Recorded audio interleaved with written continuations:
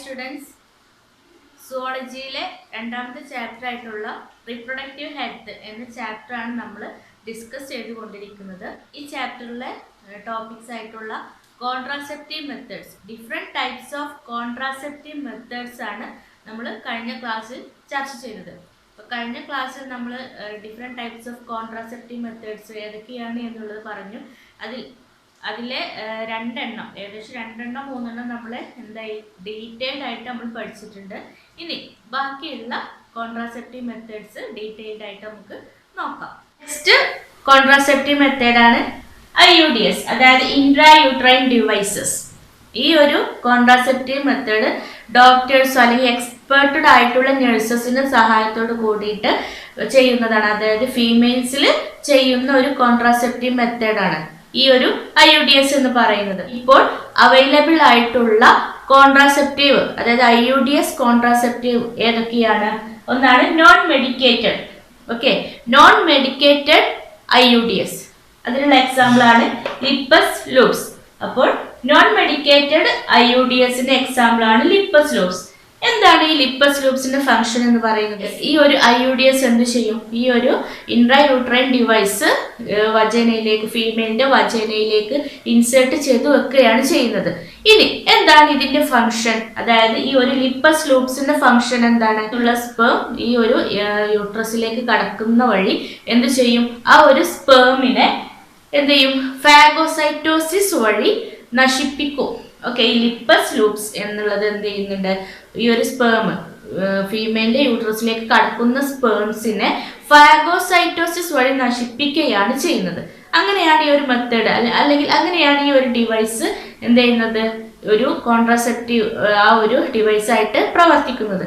അപ്പോൾ ഫസ്റ്റ് ആണ് non medicated device. Example ആണ് ലിപ്പസ് ലൂപ്സ്. ഇതിന്റെ ഫംഗ്ഷൻ എങ്ങനെയാണ്? ഫീമെയിൽസിന്റെ യൂട്രസിലേക്ക് കടക്കുന്ന സ്പേംസിനെ വിഴുങ്ങി നശിപ്പിക്കുക, അല്ലെ? അത് എന്താണ് നമ്മൾ പറയുന്നത്? ഫാഗോസൈറ്റോസിസ്. ഇനി രണ്ടാമത്തെ ഡിവൈസ് ആണ് കോപ്പർ റിലീസിംഗ് IUDs. അതിന്റെ എക്സാമ്പിൾ ആണ് കോപ്പർ T, കോപ്പർ 7, മൾട്ടിലോഡ് 375. അതായത് കോപ്പർ റിലീസിംഗ് IUDsന് എക്സാമ്പിൾസ് ആണ് കോപ്പർ T, കോപ്പർ 7, മൾട്ടിലോഡ് 375. ഈ പിക്ചറിൽ കാണുന്നതാണ് എന്ത്? Copper T. ഇനി ഈ ഒരു കോപ്പർ T, ഈ ഒരു കോപ്പർ 7 ആൻഡ് മൾട്ടിലോഡ് 375 അതിനൊക്കെ ഫംഗ്ഷൻ, അത് എങ്ങനെയാണ് ഫംഗ്ഷൻ ചെയ്യുന്നത്? സ്പേംസിന്റെ മോട്ടിലിറ്റിയും പിന്നെ അതിന്റെ ഫെർട്ടിലൈസിങ് കപ്പാസിറ്റിയും സപ്രസ് ചെയ്യുക, അതായത് അതിനെ തടയുക എന്നതാണ് ഇവിടെ ഈ ഒരു IUDsന്റെ ഫംഗ്ഷൻ എന്ന് പറയുന്നത്. അപ്പോൾ കോപ്പർ റിലീസിംഗ് IUDs അതിന്റെ എക്സാമ്പിൾസ് ഏതൊക്കെയാണ്? Copper T, copper 7, multiload 375. എന്താണ് ഇതിന്റെ function? It suppresses motility and fertilizing capacity of sperms. ഇനി ഹോർമോൺ റിലീസിംഗ് IUDs. ഇതിന്റെ എക്സാമ്പിൾസ് ഏതൊക്കെയാണ്? Progestasert and LNG-20. Progestasert, LNG-20. ഇനി എന്താണ് ഇതിന്റെ ഫംഗ്ഷൻ എന്ന് പറയുന്നത്? ഇത് making uterus unsuitable for implantation. എന്താണ് implantation? It is the attachment of embryo into the uterus. It is known as implantation. അങ്ങനെ ഇംപ്ലാന്റ് ചെയ്ത് കഴിഞ്ഞ എംബ്രിയോ എന്ത് ചെയ്യുന്നുണ്ട്? അവിടെ യൂട്രസിൽ ഇരുന്നിട്ട് ഡെവലപ്പ് ചെയ്ത് അങ്ങനെ ഒരു ഫുൾ ഡെവലപ്ഡ് ആയിട്ടുള്ള ഒരു ബേബി ഉണ്ടാവുന്നുണ്ട്, അല്ലേ? അപ്പോൾ ഈ ഒരു ഹോർമോൺ റിലീസിംഗ് IUDs ആയിട്ടുള്ള പ്രൊജസ്റ്റോസേർട്ടും LNG-20 കൂടെ എന്ത് ചെയ്യുന്നുണ്ട്? ഇംപ്ലാന്റ് ചെയ്യാൻ സഹായിക്കുന്നില്ല, അല്ലെങ്കിൽ ഇംപ്ലാന്റ് ചെയ്യുന്നതിന് വേണ്ടിയിട്ടുള്ള സാഹചര്യം ഇവിടെ ഉണ്ടാക്കുന്നില്ല എന്നതാണ് ഇവിടെ പറയുന്നത്. Next one is oral contraceptive method. അതായത് oral administration of small doses of either progesterone and progesterone oestrogen combination. അതായത് ഓറൽ, അതായത് നമ്മൾ കഴിക്കാൻ ഉതകുന്ന അത്തരത്തിലുള്ള കോൺട്രാസെപ്റ്റീവ് മെത്തേഡ്സ്. അതിൽ ഏതൊക്കെയാണ്? ഏതിന്റെ ഡോസാണ്? പ്രൊജസ്ട്രോണിന്റെയും പിന്നെ പ്രൊജസ്ട്രോണും ഈസ്ട്രജന്റെയും കോമ്പിനേഷൻ. ആ ഒരു ടാബ്ലറ്റ്, അല്ലെങ്കിൽ അതെന്ത് ടാബ്ലറ്റിന്റെ രൂപത്തിൽ കഴിക്കാവുന്ന അത്തരത്തിലുള്ള ഒരു മെത്തേഡ്, കോൺട്രാസെപ്റ്റീവ് മെത്തേഡാണ് എന്ത്? Oral contraceptive method. ഇനി യൂസ്ഡ് ബൈ ഫീമെയിൽസ് ആണ് ഇത് യൂസ് ചെയ്യുന്നത്. അപ്പൊ ഓറൽ കോൺട്രാസെപ്റ്റീവ് മെത്തേഡ് യൂസ് ചെയ്യുന്നത് ഫീമെയിൽസ് ആണ്. ഓക്കെ, മെയിൽസിന് അതിന്റെ ആവശ്യമില്ല. അതിന്റെ എക്സാമ്പിൾസ് ആണ് മാലാഡി, ദെൻ മാലായൻ. ഇനി എന്താണ് ആ ടാബ്ലറ്റിന് നമ്മൾ മൊത്തമായിട്ട് പറയുന്നത്? പിൽസ് എന്നാണ് പറയുന്നത്. അതായത് in the form of tablet called the pills taken daily for a period of 21 days. അതായത് 1 ദിവസം തുടർച്ചയായിട്ട് കഴിക്കുക. എന്താണ് ഇതിന്റെ ഫംഗ്ഷൻ? ഇതെങ്ങനെയാണ് ഫംഗ്ഷൻ ചെയ്യുന്നത്? ഇത് inhibit ovulation and implantation. Ovulation എന്താണ് എന്നുള്ളതും ഇംപ്ലാന്റേഷൻ എന്താണ് എന്നുള്ളതും നിങ്ങൾക്ക് ഓൾറെഡി അറിയാവുന്ന കാര്യമാണ് അല്ലെ. അത് ഇൻഹിബിറ്റ് ചെയ്യും, അത് പ്രിവെന്റ് ചെയ്യും അല്ലെ, തടയും. ഇനി വേറെന്താണ്? Alter the quality of cervical mucus to prevent retard entry of sperms. അതായത് സെർവിക്കൽ മ്യൂക്കസ് അല്ലെ, സ്ത്രീകളിൽ സെർവിക്കൽ മ്യൂക്കസ് ഉണ്ടാവും. അതിൻ്റെ ആ സെക്രീഷൻ കൂട്ടും. അതിന് സെക്രീഷൻ കൂട്ടുമ്പോൾ എന്ത് ചെയ്യും? മ്യൂക്കസ് കൂടുതലായിട്ട് വരും. അങ്ങനെ എന്ത് ചെയ്യുന്നുണ്ട്? സ്പേംസിന്റെ എൻട്രി തടയുന്നു അല്ലെ, അവിടെ പ്രിവെന്റ് ചെയ്യുന്നുണ്ട്. പിന്നെ retard entry of sperms. Okay, അപ്പോൾ എന്താണ് ഓറൽ കോൺട്രാസെപ്റ്റീവ് മെത്തേഡ്സിന്റെ function? Ovulation and implantation to retard the quality of cervical mucus to prevent the entry of sperm and alter the sperms. Okay, ഇനി നമ്മൾ പറഞ്ഞു ഈ ഓറൽ കോൺട്രാസെപ്റ്റീവ് മെത്തേഡ്സ് അതിന്റെ advantage അല്ലെങ്കിൽ അതിന്റെ ആ ഒരു അഡ്വാൻറ്റേജ് എന്ന് പറയുമ്പോൾ വെരി എഫക്റ്റീവ് ആണ്, ലെസ് സൈഡ് എഫക്റ്റ് ആണ്. വെരി എഫക്റ്റീവ് ആയിട്ടുള്ളതാണിത്. പിന്നെ അതിന് സൈഡ് എഫക്റ്റ് കുറവായിരിക്കും. പിന്നെ ക്ലാസ് തുടങ്ങുന്ന സമയത്ത് ഞാനൊരു ഈ ഒരു ചാപ്റ്റർ തുടങ്ങുന്ന സമയത്ത് ഒരു ഓറൽ കോൺട്രാസെപ്റ്റീവ് മെത്തേഡിനെ കുറിച്ച് പറഞ്ഞിട്ടുണ്ട്. ഏതായിരുന്നു? സഹേലി അല്ലെ. എന്താണ് സഹേലിന്റെ ആ ഒരു പ്രത്യേകത? സഹേലി എന്ന് പറയുന്നത് ഹൈ കോൺട്രാസെപ്റ്റീവ് വാല്യൂ ആണ്. മറ്റുള്ള കോൺട്രാസെപ്റ്റീവ് പിൽസിനേക്കാളും ഏറ്റവും കൂടുതൽ വാല്യൂ ഉള്ള ഒരു കോൺട്രാസെപ്റ്റീവ് പില്ലാണ് എന്ത്? സഹേലി. പിന്നെ എന്താണ് അതിന്റെ യൂസേജ്? അതായത് ഒരു വീക്കിൽ 1 മതി. ഒരു വീക്കിൽ 1 കഴിച്ചാൽ മതി. മറ്റുള്ള എന്ത് ചെയ്യണം? തുടർച്ചയായി 21 days എന്ത് ചെയ്യണം? നമുക്കത് കൺസ്യൂം ചെയ്യണം. ഇനി നോൺ സ്റ്റീറോയിഡൽ പ്രിപ്പറേഷൻ. ഇതിൽ നോൺ സ്റ്റീറോയിഡ് ഹോർമോണിന്റെ കണ്ടന്റ് ഒട്ടുമില്ല. ഈ സഹേലിയിൽ സ്റ്റീറോയിഡ് ഹോർമോണിന്റെ കണ്ടന്റ് ഇല്ല എന്നാണ് പറയുന്നത്. അപ്പോൾ എന്തൊക്കെയാണ് ഓറൽ കോൺട്രാസെപ്റ്റീവ് മെത്തേഡ്സിന് എക്സാമ്പിൾ?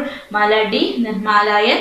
ഇനി അടുത്തതാണ് സഹേലി. അപ്പൊ എന്താണ് സഹേലിന്റെ ക്യാരക്ടറിസ്റ്റിക്സും പിന്നെ അതിന്റെ വാല്യൂ എന്താണ് എന്നുള്ളത് നിങ്ങൾ മനസ്സിലാക്കി വെക്കുക.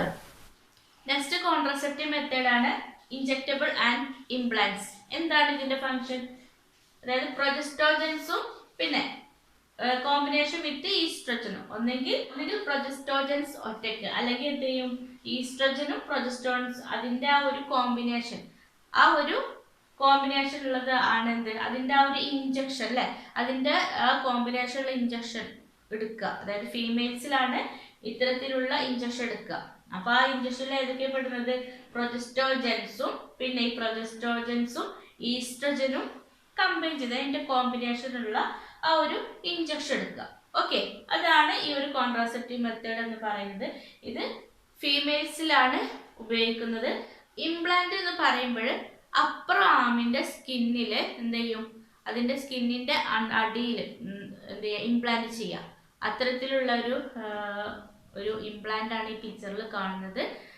അപ്പോൾ ഇത്തരത്തിലുള്ള ആ ഒരു ഇൻജെക്റ്റബിൾ ആൻഡ് ഇംപ്ലാന്റ്സ് അതിന്റെ ആ ഒരു മോഡ് ഓഫ് ആക്ഷൻ എങ്ങനെയാണ്? സിമിലിയർ ടു ദി പിൽസിന്റെ അതുപോലെയുള്ള ഒരു മോഡ് ഓഫ് ആക്ഷൻ തന്നെയാണ് ഈ ഒരു ഇഞ്ചക്ഷൻ, പിന്നെ ഈ ഒരു ഇൻജെക്റ്റബിളും പിന്നെ ഈ ഒരു ഇംപ്ലാന്റ്സ് എന്നുള്ള ആ ഒരു കോൺട്രാസെപ്റ്റീവ് മെത്തേഡ്സിന് ഉള്ളത്. അതായത് അതെന്ത് ചെയ്യുന്നുണ്ട്? ആ ഒരു സെർവിക്കൽ മ്യൂക്കസിന്റെ സെക്രീഷൻ കൂട്ടുകയും അതെന്ത് ചെയ്യും? ആ ഒരു സ്പേംസിന്റെ എൻട്രി അത് തടയുകയും ചെയ്യുന്നു. പിന്നെ വേറെന്താ ചെയ്യിക്കുന്നത്? Inhibit ovulation and implantation. ഇത് ഓവുലേഷന്റെയും ഇംപ്ലാന്റേഷന്റെയും പ്രവർത്തനത്തെ തടയുകയും ചെയ്യുന്നു. അപ്പോൾ ഇൻജെക്റ്റബിൾ ആൻഡ് ഇംപ്ലാന്റ്സ് എന്ന കോൺട്രാസെപ്റ്റീവ് മെത്തേഡ്സ് എന്തൊക്കെയാണ് അതിൽ പെടുന്നത്? പ്രൊജസ്റ്റോജൻസും ഈസ്ട്രജന്റെയും കോമ്പിനേഷനുള്ള ഇഞ്ചക്ഷൻ എന്ത് ചെയ്യുക? ഫീമെയിൽസിൽ കൊടുക്കുക. പിന്നെ വേറൊരു ഇംപ്ലാന്റ്സ് ഉണ്ട്. പിക്ചറിൽ കാണുന്ന ഇംപ്ലാന്റ്സ് എന്ത് ചെയ്യുന്നുണ്ട്? ഒരു അപ്പർ ആമിന്റെ സ്കിന്നിന്റെ അടിയിൽ ഇംപ്ലാന്റ് ചെയ്തു വെക്കുക. അതൊക്കെയാണ് ഒരു കോൺട്രാസെപ്റ്റീവ് മെത്തേഡ്സ് എന്ന് പറയുന്നത്. പിന്നെ ഇതിൻ്റെ മോഡ് ഓഫ് ആക്ഷൻ എന്നുള്ളത് എന്താണ്, അവർ പിൽസ്, കോൺട്രാസെപ്റ്റീവ് പിൽസിൻ്റെ അതുപോലെയുള്ളൊരു മോഡ് ഓഫ് ആക്ഷൻ തന്നെയാണ് ഈ ഒരു ഇംപ്ലാന്റ്സിനും ഉള്ളത്. ഇനി അടുത്തൊരു കോൺട്രാസെപ്റ്റീവ് മെത്തേഡാണ് സർജിക്കൽ മെത്തേഡ്.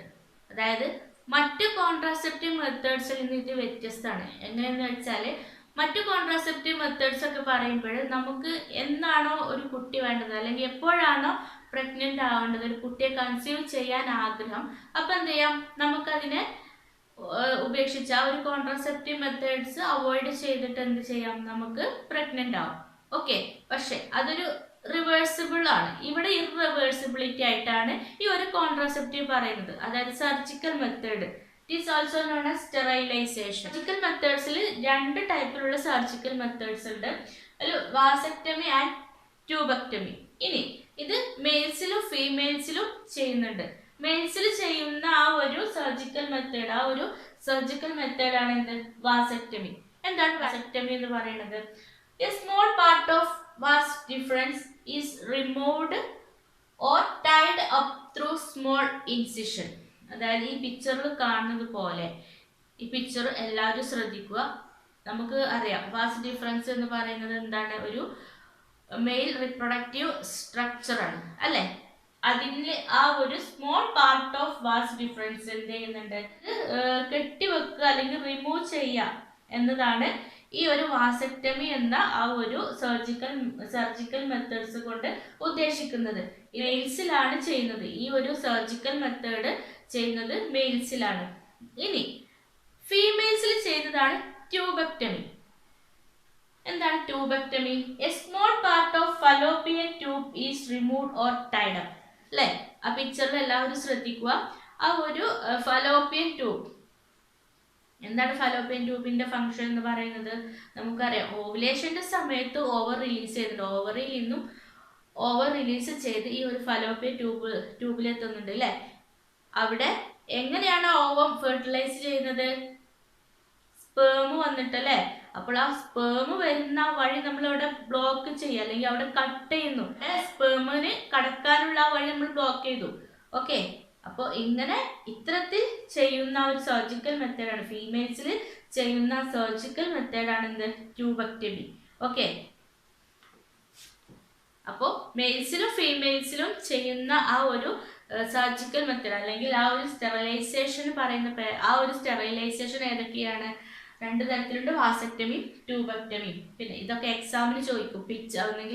പിക്ചർ തന്നിട്ട് ഇത് ഏത് സർജിക്കൽ മെത്തേഡാണ് എന്നുള്ളത് ചോദിക്കും. അത് മെയിൽസിൻ്റെതാണോ ഫീമെയിൽസിൻ്റെതാണോ എന്ന് ചോദിക്കും. രണ്ട് തരത്തിലുള്ള സർജിക്കൽ മെത്തേഡ് ഉണ്ട്. Surgical method is also known as sterilisation.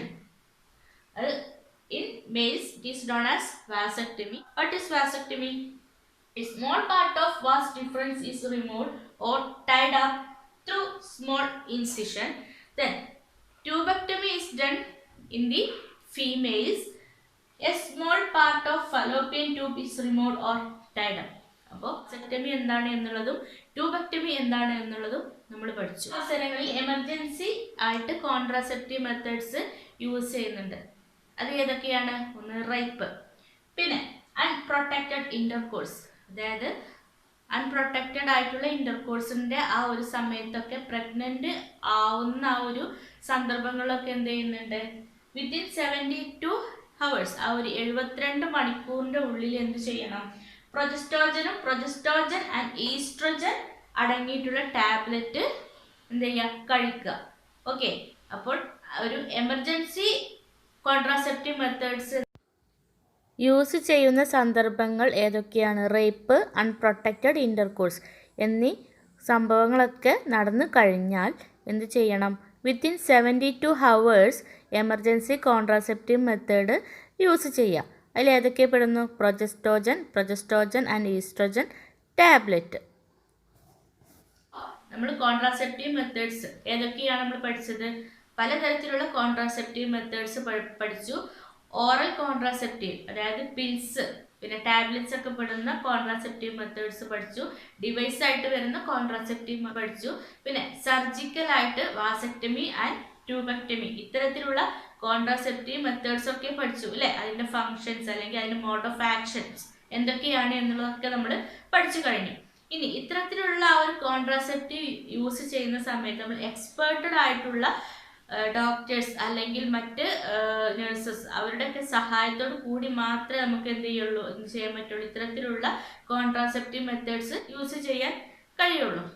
ഇനി നമുക്ക് ഇന്നത്തെ ക്ലാസ് ഇവിടെ അവസാനിപ്പിക്കാം. അടുത്ത ക്ലാസ്സിൽ അടുത്ത ടോപ്പിക്കുമായിട്ട് വരാം.